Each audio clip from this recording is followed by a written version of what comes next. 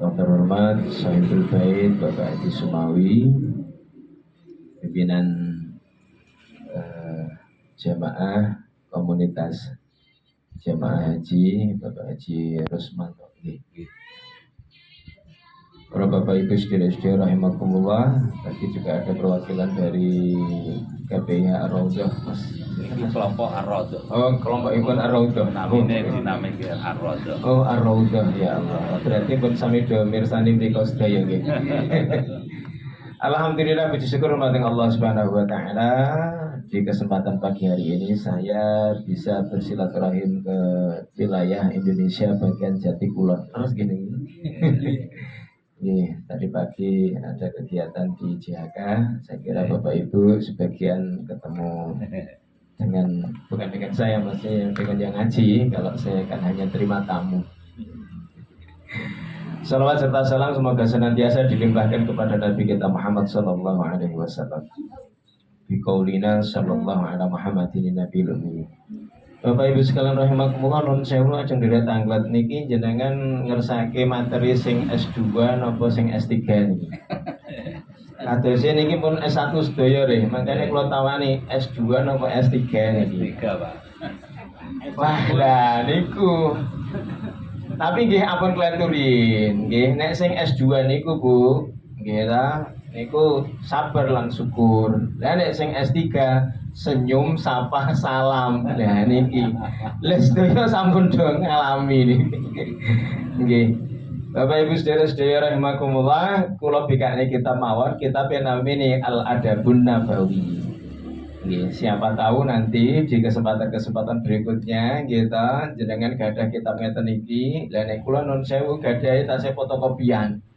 Jadi ya niki ditekel karo Pak Polisi nih, gak entuk niki. Cuman madosi kitabe niku wangel, dadose nggih niki kula jaman tesih sekolah teng kene Sumatera nika kula fotokopi soalnya niki bukune kagungane dosen kula. Nah ngoten. Yes. Nggih. Bapak Ibu, kalau tidak S2, tidak S3 berarti nggih S tong-tong mawon. Kersane tambah gayeng. Lah, kula panjenengan sami alhamdulillah niki dewa sampun dipun aturaken dening Bapak Ketua Rombongan. Nggih, rombongan niki Ketua Regu, Pak. nggih, Ketua Regu. Nggih, terkait dengan ya hal-hal yang berkenaan dengan jamaah, kita dengan kelompok. Nggih. Baik. Nah, kita ini pagi hari ini Bapak Ibu satu hadis mawon betul usah kata-kata ning kira-kira nek di bahas niki ya insyaallah mboten panjang. Teng mriki berhubung mboten enten jame nggih kita-kita embo-embo nek iki rada suwe alhamdulillah. Nek jebul bareng 10 menit rampung nggih alhamdulillah. Mboten enten jame. Ngoten. Dados sing ngaten dawuh Kanjeng Nabi niku ngeten. Niki nek kula wacake saking awal an Aisyah radhiyallahu anha, saking Siti Aisyah radhiyallahu an. Annaha kanat taqulu. Ya. Jadi Siti Aisyah niku matur ngaten, qala Rasulullah sallallahu alaihi wasallam. Kanjeng Nabi niku nanti dawuh ngeten.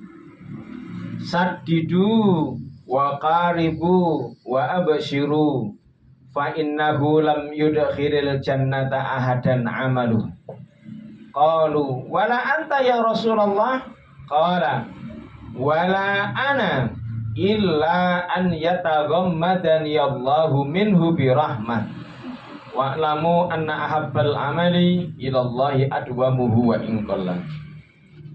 Rawahul Bukhari wa Muslim wa Nasa'i. Ingkang artosipun kirang langgungipun mekaten Bapak Ibu. Jadi kata Nabi saddidu. Jadi kita semuanya ini diminta supaya bersikap sesuai dengan sunnah. Jadi amalan apa saja Bapak Ibu sekalian, kita mesti merujuk kepada apa yang dicontohkan. Jadi ini memang tugas kita umat Islam. Ya pokoknya golongan manapun, kelompok manapun, bajunya apapun, rumus ini adalah penting. Oleh sebab apa? Kalau ada suatu amalan yang dilakukan oleh seorang muslim dan ternyata itu nggak ada contohnya, itu masalah Bapak Ibu. Karena apa? Ada salah satu hadis Nabi yang menyatakan kalau ada suatu amalan yang dilakukan padahal Nabi nggak pernah ngasih contoh, maka itu akan tertolak. Lagi, wis direwangi, gitu biayanya yang beru, gitu sudah direwangi ya sadoh dan seterusnya pola, tapi kok sama sekali nggak ada hasil, itu kan masalah.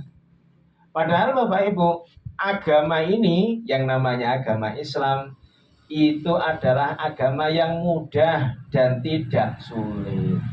Bapak Ibu, kalau misalkan kita bicara ibadah niku sulit apa sulit? Ringan. Satu contoh ibadah sholat. Sholat kita ini alhamdulillah cuma dikasih 5 waktu Bapak Ibu, tidak banyak atau 5 waktu.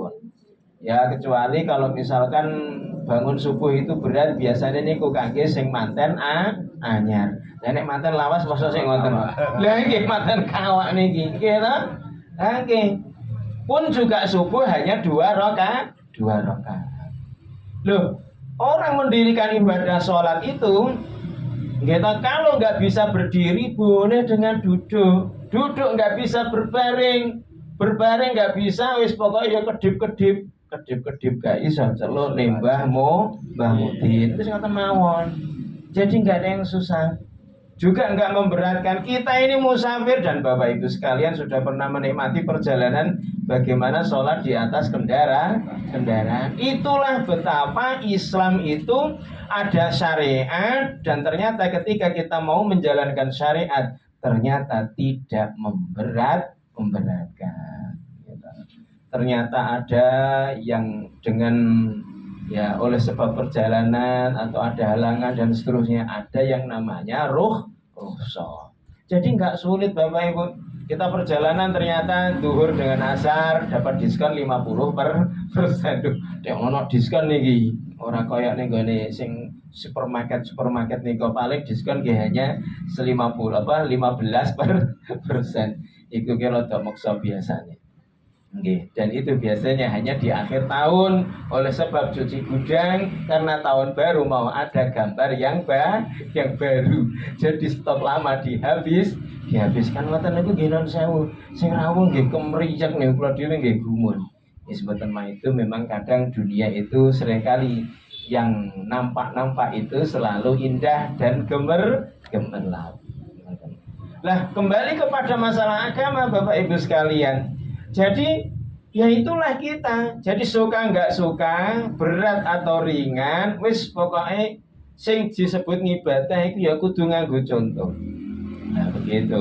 Nah adapun soal prakteknya Bapak Ibu, misalkan ada di antara kita yang aku kok nganggo Allahumma bait baini terus to Pak, pengen Allahu Akbar kabir yo le ora apa-apa.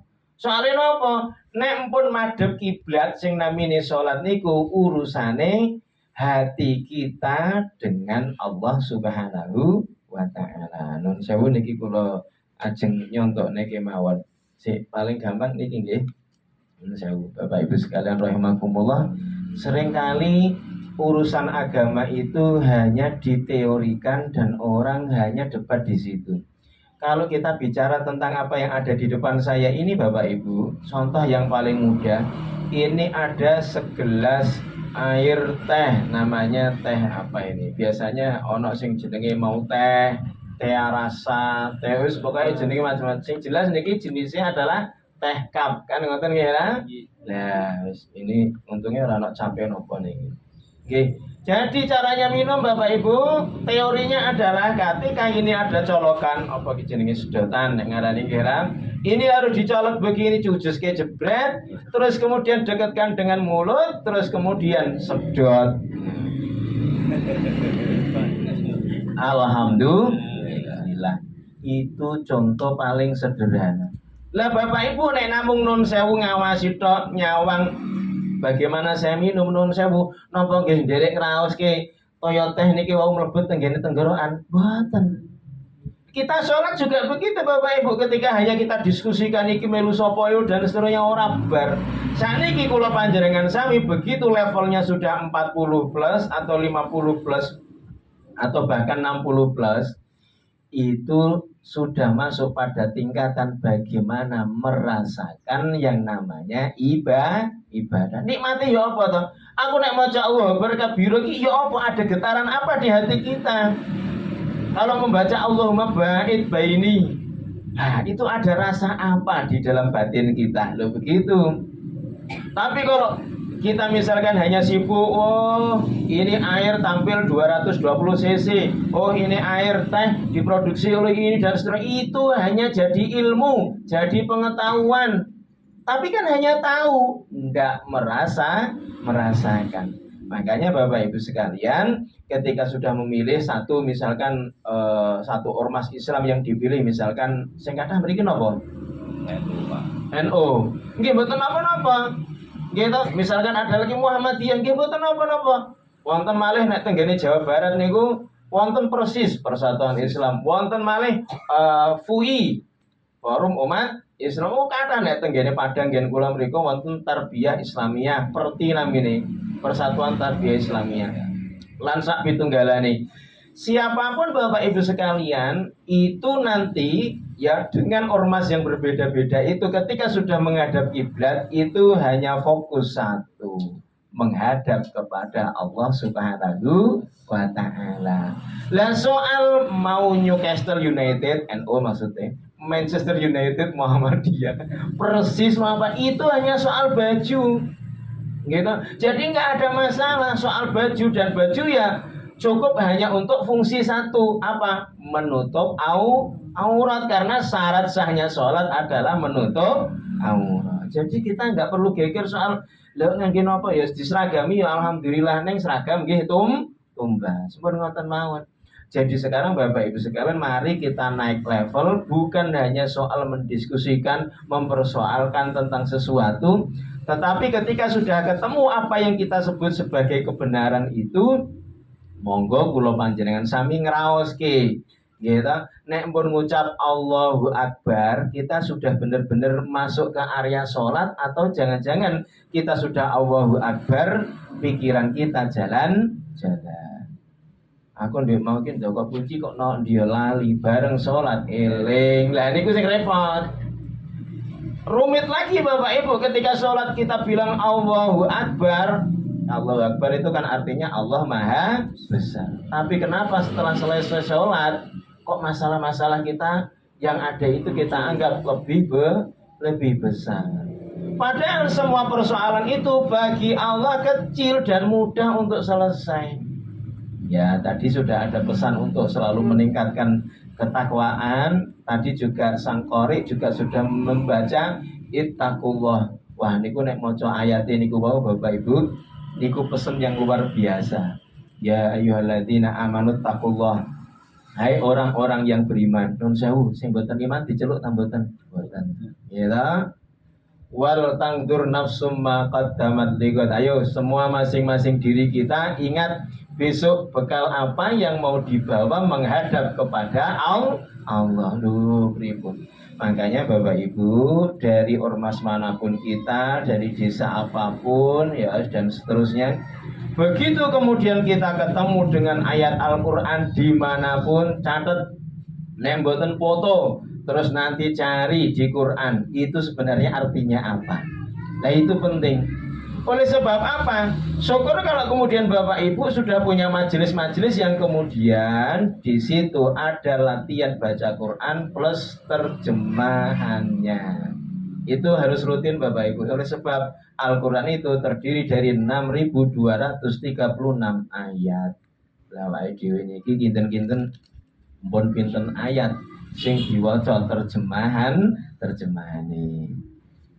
Itu ada 114 surat. Sudah berapa surat yang dihafal? Ada 30 juz. Kalau dhewe nggih mboten hafal hafid Quran mboten. Gitu. Cuman niki kula niki diparingi kalian Allah Subhanahu wa taala, kalau ada bacaan ayat yang dibaca oleh sang imam, kalau ada kelirunya alhamdulillah saged ngluruski lha niku lah. Nggih, apakah itu fadl yang di bawahnya hafid ya wallahu alam. Makanya Bapak Ibu sekalian, kalau kita ini bisa mengendalikan diri kita. Maksudnya pripun Pak, urung-urung kok ngomong mengendalikan diri. Oleh sebab di depan kita ini ada godaan yang berat. Sewu, terus tambahan godaan berat napa niki? Barang cilik niku lho. Kadang ana sing gambare apel krowak jenengan nggih gadah. Waduh, berat nek niku awis regine soalé. Iki maksudnya apa to Pak iki? Niku lho sing dicekel bocah-bocah niku.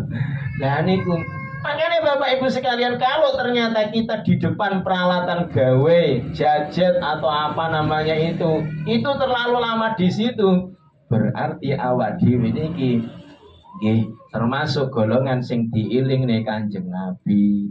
Nabi niku nate dawuh ngeten, min husni islamil mar'i tarkuhu mala yakni.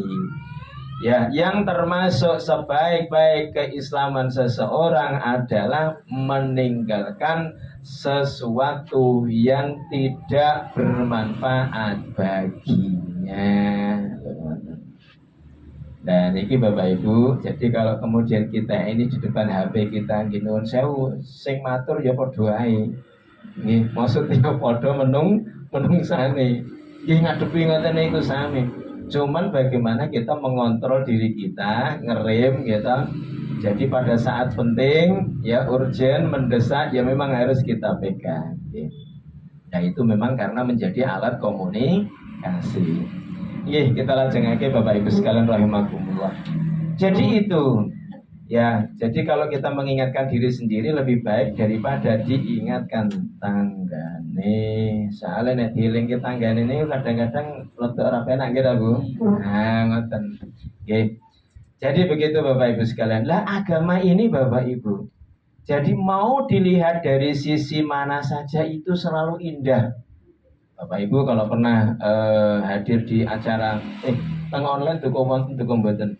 Kalau di televisi itu ada program yang isinya itu adalah siapa pembawaan yang mengisi, kalau nggak salah Ustadz Maulana ya, yang panggilannya jamaah. Nanti nggih jenengan itu kan temanya acaranya adalah Islam itu indah. Mungkin. Lah, kula panjenengan sami niki kalau mau berbicara tentang Islam, banyak orang atau membaca buku-buku tentang Islam oke banget. Ada Islam aktual, niku ditulis oleh Jalaluddin Rahmat. Ada Islam transformatif, ada Islam radikal, ono Islam liberal. Wah, kok Islam kok macam-macam. Padahal Nabi yang membawa agama Islam itu cuman satu. Jebul dumadaan gurune beda. Lah niku sing dadekne hasil juga berbeda. Makanya Bapak Ibu sekalian, sebelum anak-anak kita, anak cucu kita melanjutkan studi sekolah misalkan ke barat, mau ke Prancis, mau ke Amerika atau Sorbonne ngertos? Sorbonne niku Paris niku. Atau kemudian di Massachusetts University, kanca kula niku wonten sing teng mriku. Mbah, niku kadose kok Karimun Jawa rada ngalor sithik. Nek numpak pesawat. Lho niku ngoten niku nggih. Kalau ada anak-anak kita, cucu kita yang kemudian berangkat ke sana, sekolah ke sana, dan belajarnya adalah studi Islam, Bapak Ibu tenggriya akidai kudu kuat. Soale napa lha nek mboten niku sing repot mengke awake dhewe. Oleh sebab apa? Ya ini tidak semuanya terjadi pada mereka nggih. Sebagian yang belajar ke barat itu pada akhirnya ketika mereka pulang, mereka menjadi corong barat. Pripun nek ngeten iki kan berat awake dhewe. Nggih. Makanya Bapak Ibu sekalian, kita jangan bosan-bosan mengingatkan anak-anak kita, anak cucu kita untuk bagaimana belajar agama Islam dengan baik dan benar. Makanya Bapak Ibu, kita diminta oleh Kanjeng Nabi supaya sakdidu, bersikaplah ya tahu sesuai dengan sunnah. Ngoten nggih? Yang kedua Bapak Ibu, waqaribu, dan mendekatlah. Nah, teng mriki Bapak Ibu, saya bacakan teks Arabnya ben koyo ngaji ning gone Mesir tenan iki. Mesir niku nggih lumayan. Wong anak kula niku ajeng kuliah teng Mesir niku kalian ibuke mboten pareng. kaduan cah wedok tekan kono. Ngoten. Ya wis piye, mboten napa-napa. Masih ada tempat lain untuk belajar. Al-muqarabatu adamul ifrati fil ibadah. Jadi Bapak Ibu, qaribu, mendekatlah. Itu maksudnya kaitannya dengan ibadah. Kalau kita ini diperintah untuk melaksanakan suatu ibadah.